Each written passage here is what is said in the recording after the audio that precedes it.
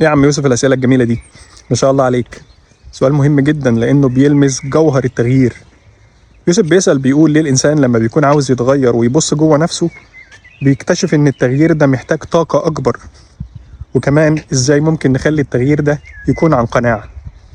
الحقيقة أنت لما بتبدأ تبص جوه نفسك فأنت بتواجه حاجات كتير جدا أنت فاكر إنها مش موجودة أو إنك ناسيها، لكنها في الحقيقة موجودة، أنت بس كنت متجاهلها، زي العيوب والمشاعر المكبوتة أو العادات السيئة أو حاجات تانية غيرها كتير. ممكن قرار غلط أخدته زمان وندمان عليه، فالحاجات دي كلها أنت محتاج تواجهها. فأنت دلوقتي بتواجه نفسك لأول مرة بصدق، وده بيحتاج طاقة كبيرة. بس بيحتاج طاقة ليه؟ بيحتاج طاقة لأن ده مش سهل على العقل. العقل متعود يهرب من المواجهة بالروتين والعادات والتفكير السطحي، لكنك دلوقتي بتعمل غير كده، وفي كل مرة بتعمل ده بتخالف هواك أو بتقاوم نفسك. فأنت في الحقيقة في كل مرة بتعمل ده مناط اتخاذ القرار في العقل بيكبر، وده اللي بيخلي الإنسان أكثر حرية. ودي حاجة مش سهلة خالص، لأن ده معناه إنك لازم تخرج من منطقة الراحة اللي هي الكومفورت زون. وأنا هنا ما أقصدش بعقلك أنت، أنا أقصد عقولنا كلنا كبشر، علشان بس ما تزعلش من الكلام. اما بقى ليه الموضوع متعب؟ فالموضوع متعب لانك في كل مره بتعمل ده انت بتواجه عقلك، وده بيحتاج mental resistance، المقاومه النفسيه. وعلشان اكون صريح معاك هتحبط احيانا، وهتجيلك افكار غريبه كده زي انا بعمل ده ليه؟ وليه لازم اتغير؟ يمكن مفيش امل، يمكن مفيش فايده، وكل الاسئله اللي زي دي.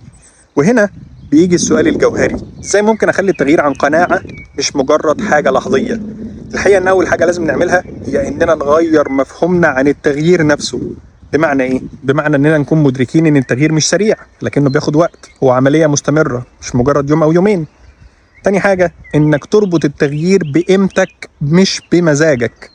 التغيير لما بتربطه بقيمتك بيستمر، لانك دايما بتسال نفسك انا بعمل ده ليه؟ انا بعمل ده علشان خاطر جوهري انا، عشان خاطر قيمتي انا، علشان خاطر ان انا استحق حياه افضل. لكنك لو ربطته بمزاجك او مودك، اللي بيحصل ايه؟ اللي بيحصل ان المزاج او المود ده مؤقت، ولما المشاعر بتتغير او المود بيتغير التغيير كمان مش هيستمر. من المهم كمان انك تحدد لنفسك اهداف صغيره جدا وتاخد الموضوع واحده واحده.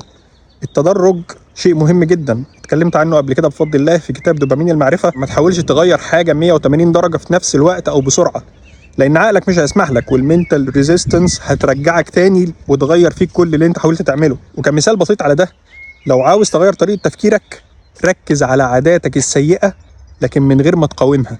حاول كل يوم تتعلم حاجه بسيطه، حاجه واحده بسيطه مش كتير. حاول تقرأ لمدة 10 دقايق مش أكتر لحد ما تتعود، وكل ما تتعود تزود المدة دي دقيقة أو 2 مش أكتر. لازم تواجه لحظة الانتكاس وتتقبلها من غير ما تعتبرها فشل.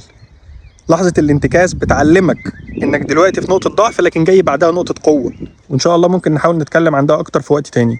لكن آخر حاجة وأهم حاجة انك دايما تحيط نفسك بناس بتساعدك على اللي انت عاوز توصل له. بمعنى تحيط نفسك بناس عندهم اهداف بيشجعوك، او تحيط نفسك بمحتوى فيه قيمة. لازم يكون لك قدوة في المجال اللي انت عاوز توصل له، لان ده اللي هيساعدك على الاستمرار.